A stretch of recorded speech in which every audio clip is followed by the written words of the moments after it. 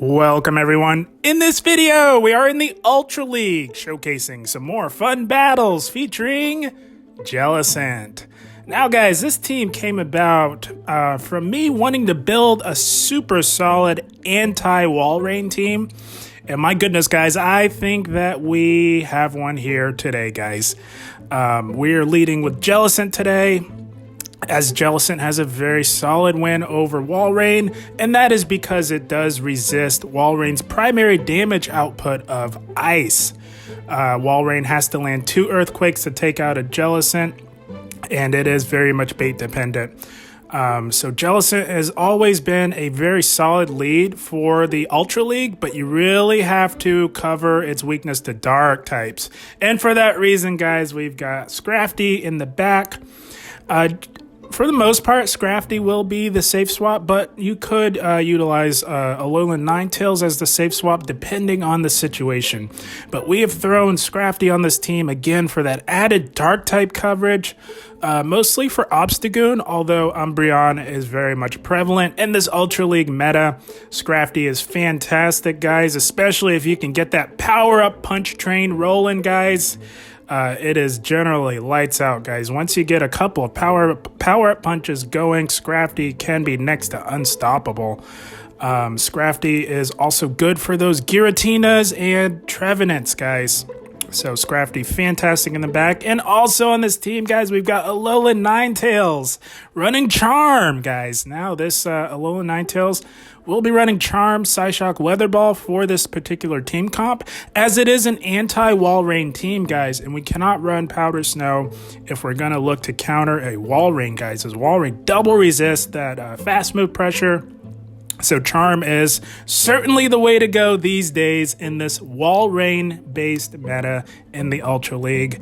And Alolan Ninetals can apply some heavy neutral fast move pressure with Stab with that Charm.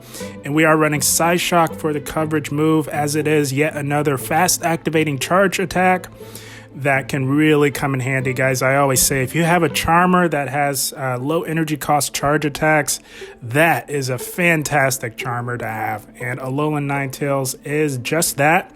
So guys, I had a blast with this anti-WALREIN team in the Ultra League. And without further ado, let's dive into this first battle, guys. Had so much fun with this team. And we are met with a Shadow Machamp on the lead, so favorable lead for Jellicent. We obviously want to keep it far away from our Scrafty, so we're going to look to play this out. Jellicent can comfortably tank a Rock Slide and keep on trucking. They did build up to just the Rock Slide, didn't bother farming up to the Payback, so we're going to let that go through. Payback is takes 9 counters to get to, and they only did 7, which are the counts for Rock Slide. So we're going to look to go straight for the Shadow Ball, as most battlers expect you to bait on a glassy Pokemon like Shadow Machamp. And they do let it go, and we farm them down. And they come in with an Alolan Muck running Poison Jab, so we go in with Alolan Ninetales, guys. Basically sacking our Alolan Ninetales, enticing them to swap out into something better. And they did, guys. They fell for it, because they know that Alolan Muck is the answer to Jellicent. So we drew out a Galarian Stunfisk, and this Galarian Stunfisk is going to look to build all the way up to 100 energy, so that they have so that they're near an Earthquake for what we decide to bring back in. We are of course are not going to shield anything.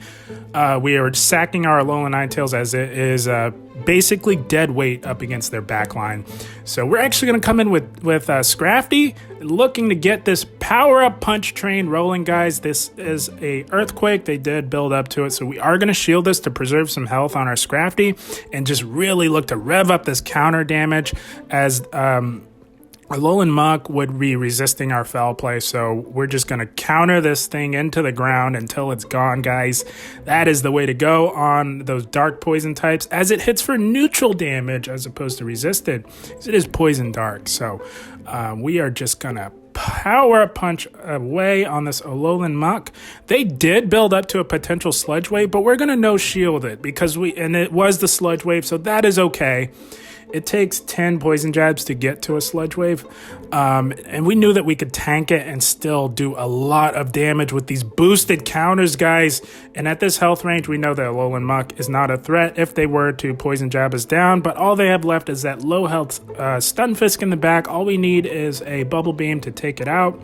They did still have a shield, but it was pretty much over from there, guys. Jellicent closing the game strong. That's going to be a good game. Well played to this battler. And we are off to a strong start in the Ultra League. Guys, if you like what you're seeing, do give the video a like, as you would be providing a massive help to the channel. All right, hopping into the next match. Let's see what we got up next here. Shadow Gyarados. Okay, very tricky lead for us, as we do need to land a Shadow Ball to win this, and they have access to super effective crunches. They are running in the legacy move of Dragon Tail. We tried to CMP tie to the crunch, as it takes 5 Dragon Tails to get to a crunch. They decided to go for the extra sneak, and that is quite all right. They did shield up our Shadow Ball, so we look to catch the crunch here, as it would be resisted, but they either saw that we were looking to catch or were looking to bait. Either way, they did not throw the crunch, and they make a play into their own WALREIN. Now, guys, Alolan Ninetals at an even health scenario with WALREIN does win it, but since we took that damage, and if they bait, it could get a little dicey going up against an opposing WALREIN. So they did bait us there, as they did build up to an Earthquake, which takes 9 Powder Snows for the first Earthquake, and it is 8 for the second Earthquake. So they are at 8 Powder Snows here, which is the second Earthquake. Because they baited, there's no sense in going Earthquake here, so they're just trying to grab a shield advantage. So we're not falling for that, guys. We're not shielding anything from here on out. We do live another Icicle Spear, and we're going to try and get off another Psyshock, but they Powder Snow us down. That is awful for us, but that is okay. Jellicent can tank all this damage here, and we're just going to look to get ahead on energy and farm the WALREIN all the way down. They will get to another Icicle Spear, but that is quite all right. With our water typing, we are resisting that damage, so that is okay. We'll tank those all day, guys, no problem. Going to farm all the way down. We do have a Shadow Ball loaded, and if they come back in with that Gyarados, it would be doing quite a bit of damage, but they come in with a Sylveon, and guys, this is basically GG's. Charmer in the back is just not good, guys. If they had brought in the Sylveon onto our Alolan Ninetales, we would have definitely had a shot, but Scrafty, with that fighting dark typing, is taking double super effective damage from these charms with Stab.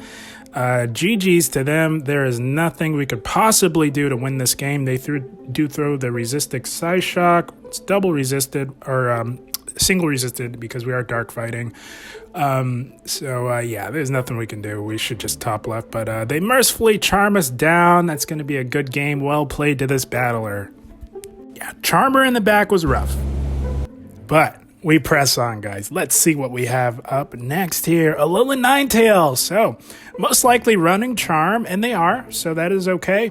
It takes 6 charms to get to a Weather Ball and 8 to a Psyshock, and they punish us for throwing on alignment. They look to catch our Shadow Ball on the Obstagoon, but we're going to punish them right back, guys, and bring in our own Charm Alolan Ninetales and look to charm this Obstagoon all the way down. We are actually going to throw up a shield, which seems kind of crazy because we can obviously tank a neutral cross chop. But guys, if we're expecting them to come back in with their Alolan Ninetales, and preserving health can come in quite valuable, guys, because the more health that you have, the longer you can stay in there with those Charmers. Shields are not quite as important going up against an opposing Charmer, as their primary damage output comes from the fast moves, which you cannot shield, unfortunately. But they meet us with a WALREIN, so we're going to look to get off the Psyshock. Does some pretty pathetic damage there, but that's okay, guys. Every little bit of damage helps up against the very tanky WALREIN. And we're not going to shield our Alolan Ninetales. They can throw whatever they want. We're just going to keep charming away and looking to get off these Psyshocks here. Hoping that this is an Earthquake, because that's a lot of energy to expend. That is overkill, and they do throw the Earthquake. That's amazing. So we know that we can now comfortably farm down this WALREIN before they can get to another Earthquake, and we do. And they concede the match. Oh man, guys, they didn't know we had a Scrafty in the back. Only having an Alolan Ninetales up 2 shields might have had a chance, guys. We might have gotten a little lucky there, but good game, well played nonetheless. All right, hopping into the next match here, we've got Articuno. Okay, this is a solid lead for us. We just have to watch out for a potential Hurricane, which would happen to be a legacy move, but it's not out of the realm of possibility. They look to catch. We are not throwing on alignment this time, guys. They tried to do that same thing the last battler did, catching a triple resisted Shadow Ball. We're not falling for it this time, guys. We meet them with our Scrafty, of course. Could have gone in with Alolan Ninetals as well, but we decided to go Scrafty, as if it does, if we were to preserve it, it doesn't have the strongest matchup against Articuno.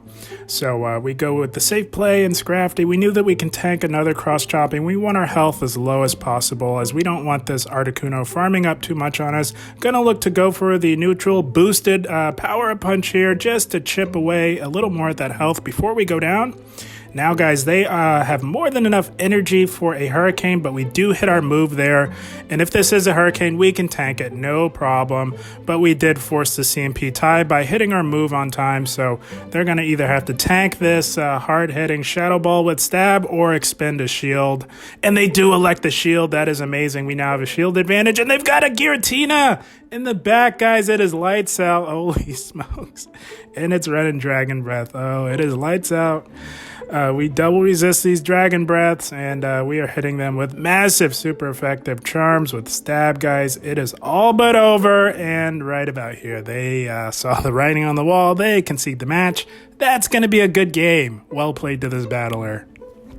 Yeah, that's a rough break for that battler, but we've had our fair share of the RPS phenomenon as well. It is what it is. But hopping into the next match here, let's see what we got. Nidoqueen. Okay, picking up a positive lead here with Nidoqueen, as we do resist these Poison Jabs and Poison Fangs. They make a play into a Powder Snow Alolan Ninetales. So what we're going to do is chip with a Shadow Ball and look to come in with our own Alolan Ninetales, as they would have to hit us with a Dazzling Gleam, and we actually want them to, because we want our health as low as possible for this Nidoqueen, so we're not going to shield anything. And we chipped with a Shadow Ball to make the charm down a lot easier, guys. And they're just falling right into our trap here, guys. We're not shielding anything. We want our health low for the Nidoqueen to have as little farm as possible, as Charm Alolan Ninetales is a nightmare matchup if you're up against the Nidoqueen. Expecting them to come back in with the Nidoqueen, we actually go Psyshock here, guys. Now, before they nerfed Weather Ball, we would absolutely go for the Weather Ball, but Psyshock is going to do more raw damage, guys. It actually does more damage than a Weather Ball with Stab since they nerfed it. So we come back in with Jellicent. They meet us with a Scrafty. Our switch timer is not quite up, so we're going to stall by just going for a Bubble Beam, all while debuffing that attack, and look to go into the Scrafty mirror matchup, guys. We have to have our Jellicent aligned with that Nidoqueen.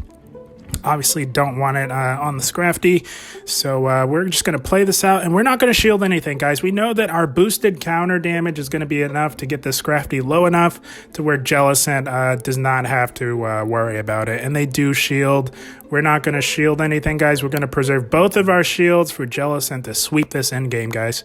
And we are trading power-up punches here, and going to look to go for the next one here. They may actually shield up this next one, as their win condition is to have Scrafty relatively healthy enough to take on our Jellicent. But the damage has been done, guys. There is no hope for that Scrafty in the back. They make an aggressive play back into the Nidoqueen and take us out. That's quite all right. We don't mind them burning the energy there. This is just a Poison Fang. They did not bother building up to an Earth Power. Gotta tank this resisted damage, no problem. And look to get rid of this Nidoqueen with a Shadow Ball. Bubble Beam would not quite do it, but we don't want to take another Poison Fang, so we're just going to get rid of the Nidoqueen here, and all they have left is that low health Scrafty with no shields. We can safely shield up this power-up punch here, and we should ideally go for the Shadow Ball. But with how the game has been having lag spikes at crucial moments in the battle, we elect to go for the safe play with the Bubble Beam, knowing that we can farm them down with these resisted hexes here. Gonna shield up this foul play, as that would certainly KO, and there it is. There's that lag spike, guys. Glad we went for the safe play and the Bubble Beam there. And we do take that match. That's going to be a good game. Well played to this battler. And that is the team, guys. My goodness, what a strong team for the Ultra League. Decided to take a little bit of a break from the Ultra Premier Classic and hopped into the Open Ultra League with this anti-WALREIN team, guys.